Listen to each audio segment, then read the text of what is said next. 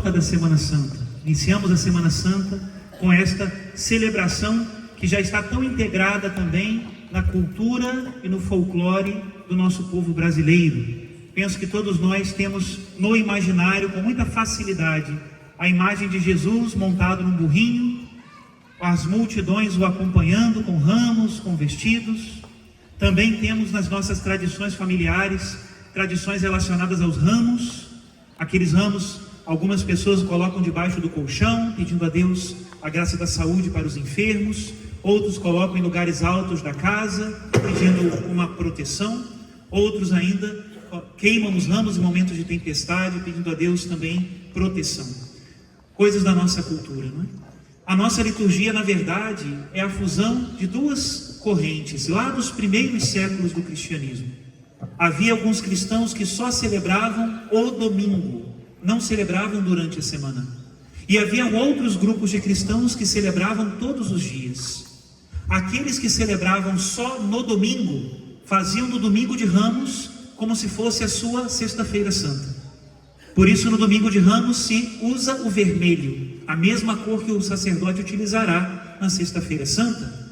E também no domingo de Ramos se lê o que nós acabamos de ler agora, o relato da paixão do Senhor, que nós voltaremos a ler na sexta-feira santa, segundo o evangelista São João, um outro relato do mesmo acontecimento, não é? E assim, o domingo de Ramos ele é uma espécie de resumo de toda a Semana Santa. Uma bonita porta, não é? Para que nós já entremos nessa semana sabendo um pouco aquilo que nós iremos celebrar. E tudo o que Jesus Cristo viveu nesta semana das semanas é para nós, foi por causa de nós. E é bom nós entendermos também isso em modo particular. Foi por mim, foi por causa de mim. Diz o Catecismo da Igreja Católica: toda a riqueza de Cristo é destinada a cada homem e constitui o bem de cada um. Cristo veio por mim. Tem uma passagem de São Paulo na carta aos Gálatas. Às vezes eu costumo ler as cartas de São Paulo e procuro imaginar como ele faria um gesto corporal, né? Talvez porque eu não fale só com a boca, fale com as mãos também, né?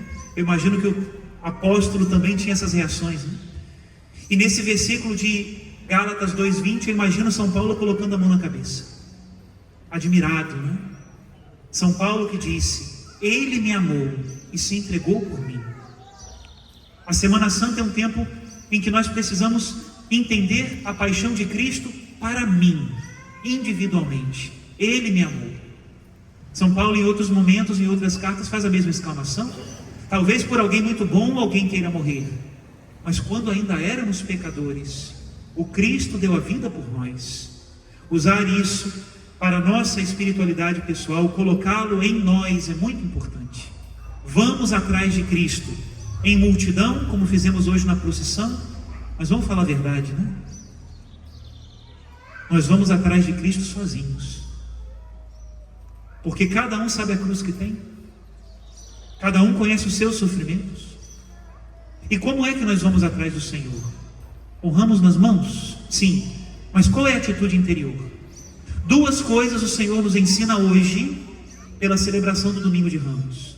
Em primeiro lugar, o que aquelas pessoas viram entrando em Jerusalém. E isso São Lucas já coloca inclusive antes, lá na cura de Bartimeu, e antes, quando Jesus se decide a ir para Jerusalém. Primeira coisa, o que aquelas pessoas viram foi um homem decidido. Ele tinha se decidido a dar a vida pela nossa salvação. E isso toca a cada um de nós. A paixão de Cristo começou na sua decisão. Toda boa obra começa na decisão. Todos nós vivemos isso. Quantas lutas interiores nós temos quando nós nos decidimos a alguma coisa? Ali começa a boa obra.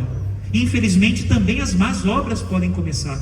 Quando nós pecamos por uma espécie de erro de trajeto, porque no meio do caminho aconteceu, é algo ruim, mas ainda menos pior. Muito pior é quando a pessoa planeja, medita e decide pelo mal. Mas agora nós vamos falar da parte positiva. Igualmente é uma luta quando eu planejo, medito e decido pelo bem. Quando aparece na tua família um doente que você tem que cuidar, é ou não é uma luta? Quando chega aquele diagnóstico médico que vai te exigir tempos de tratamento, esforço e boa vontade, é ou não é uma luta? Quando você encontra um necessitado no caminho e tem que fazer aquela decisão do bom samaritano, passo ou paro, é ou não é uma luta? Quando eu me decido a ter uma jornada de oração, um propósito com Deus, é ou não é uma luta? A boa obra começa na decisão. Primeira coisa hoje. E segundo sentimento de Jesus, a humildade. Aqueles que estudavam a Sagrada Escritura no Antigo Testamento ficavam impressionados com a profecia de Isaías, que nós lemos lá em cima no asilo, no Evangelho de São Mateus. Quando nós vemos o Antigo Testamento e analisamos a esperança dos judeus da época de Jesus, falava-se de um Messias como alguém vitorioso, entrará para vencer, nos libertará dos romanos, será alguém irresistível pela sua força e pelo seu carisma. Algo disso tinha Jesus. Mas agora, quando eu vejo esse homem manso e humilde entrando num jumentinho na cidade de Jerusalém, parece que existe um curto-circuito na minha cabeça. Quem é o Messias? É o manso e humilde ou é o rei poderoso? Conjugar as duas coisas são difíceis, mas eu digo para vocês, ali está uma grande verdade. Falei da decisão, mas vamos falar a verdade. Para chegar até o final nas nossas decisões, nós precisamos de humildade. Se nós não somos humildes, tropeçamos na nossa soberba no meio do caminho e desistimos da obra boa. Ah, não volto. Não me agradeceram. Eu não volto. Não me valorizaram. Não vou continuar. Não olharam para mim. Não tive recompensa. Como é fácil desistir de uma boa obra porque nós tropeçamos na nossa soberba. Por que Jesus Cristo ficou até o final, até a cruz? Porque Ele não desceu da cruz? Porque o seu caminho foi um caminho de humildade. E aí também está a nossa reflexão para o dia de hoje. Um caminho de humildade. Meus irmãos, como é fácil nós lermos o Evangelho de hoje e tropeçarmos. Fazer as perguntas erradas. Como é que eu sigo Jesus? Com decisão e com humildade. Quais são as perguntas erradas? Hoje, lá no Evangelho que nós lemos no asilo, termina o evangelista com essa narração de uma pergunta. A cidade inteira se agitou e diziam: quem é este homem? E as multidões respondiam: este é o profeta Jesus de Nazaré. As leituras de hoje nos explicam quem é Jesus. Isaías, na primeira leitura, vai dizer: é um servo humilde que oferece os ouvidos e a língua como um discípulo, e as costas e o rosto como um condenado, por um motivo: dar conforto à pessoa abatida.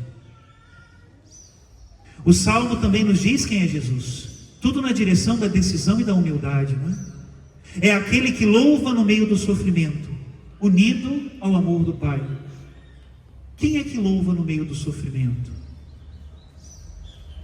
É aquele que entende o motivo pelo qual sofre. Quando nós sofremos e não entendemos o porquê, é um sofrimento triplicado. Quem louva no meio do sofrimento é aquele que sabe que o seu caminho é justo. E mesmo que todos te humilhem, critiquem, você continua porque sabe que está certo. Diz o Salmo: anunciarei o vosso nome aos meus irmãos, e no meio da assembleia hei de louvá-los. São Paulo também nos diz quem é esse homem. É Deus, que não se importou em humilhar-se, pois confia na exaltação do alto. Humilhou-se a si mesmo, por isso Deus o exaltou sobremaneira. E o Evangelho nos diz com clareza: Ele é o Filho de Deus, que faz os túmulos se abrirem, os santos caminharem. Ele é o Filho de Deus. E tudo isso por mim. Ele me amou e se entregou por mim.